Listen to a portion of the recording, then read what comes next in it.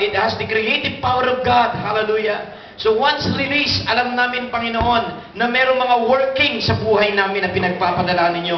Every time we receive the Word, hallelujah, there is also the work of God sa buhay namin. Salamat, Panginoon, dahil nandun ang healing, nandun ang salvation, nandun ang deliverance, nandun ang blessing, nandun ang protection, nandun, Panginoon, lahat complete sa inyong salita. We bless you, God. Hallelujah.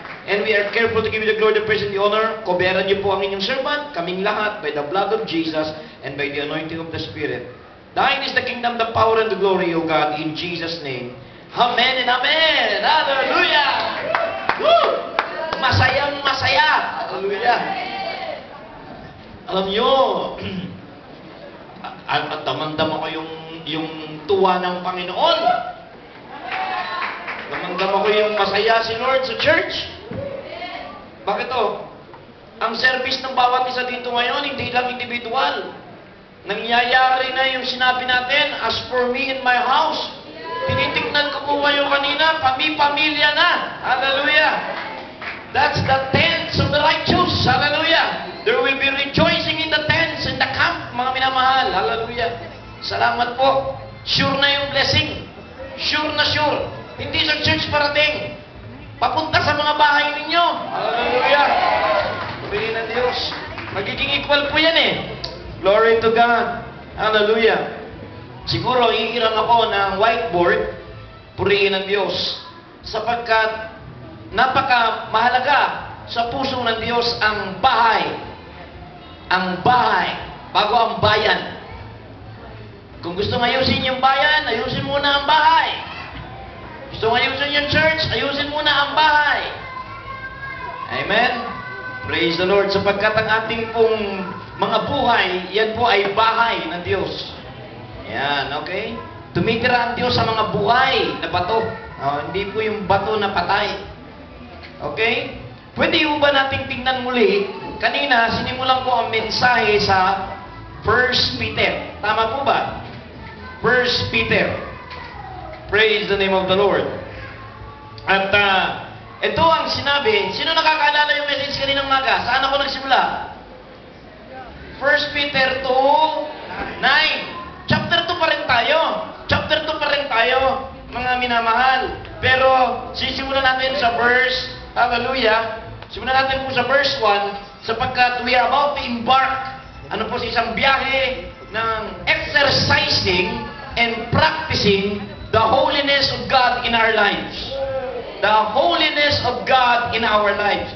That's the best offering na maibigay natin sa Panginoon. When we cast the crowns, ano nga nakalagay doon sa mga crowns natin as priest?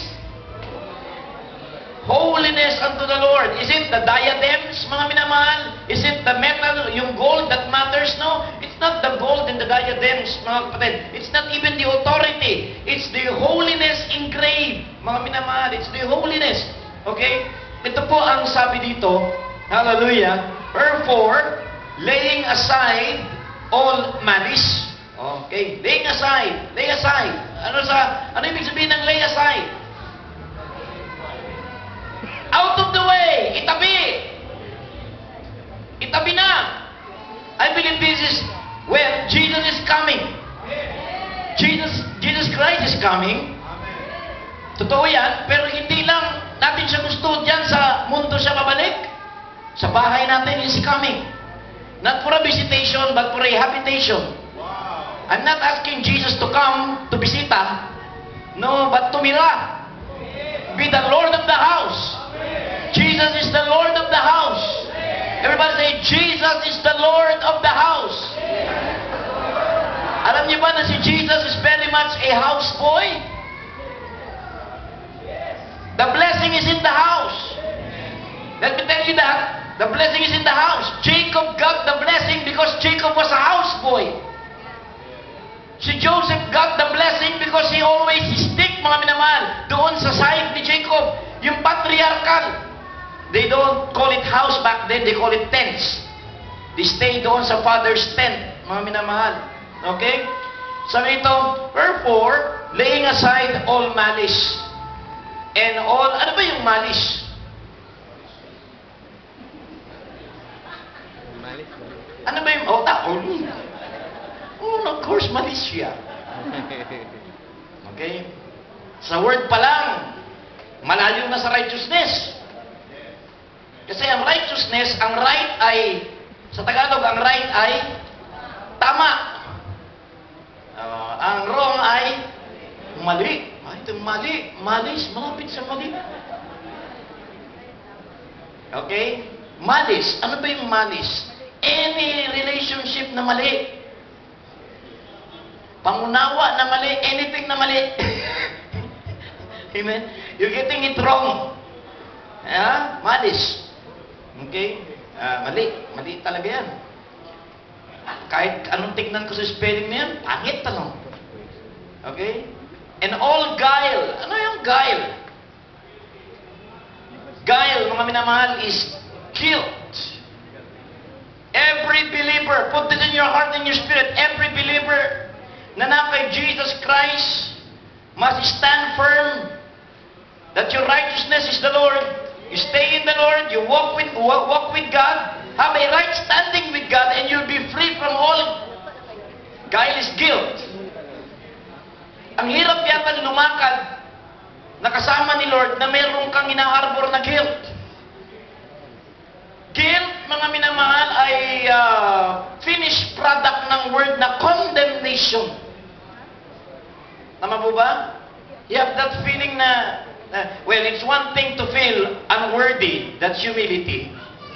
Parang repentance is malaking kaibahan sa remorse.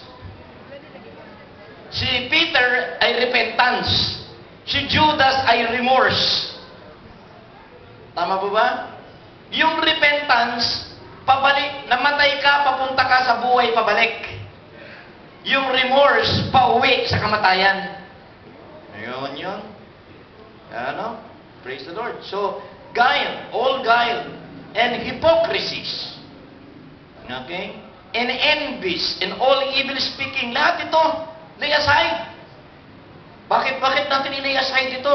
Si Peter yung nagsasalita. Nako-confirm ito sa Hebrews. Kino-confirm ito sa Hebrews. Bakit to? Ito ang sabi sa Hebrews, mga minamahal.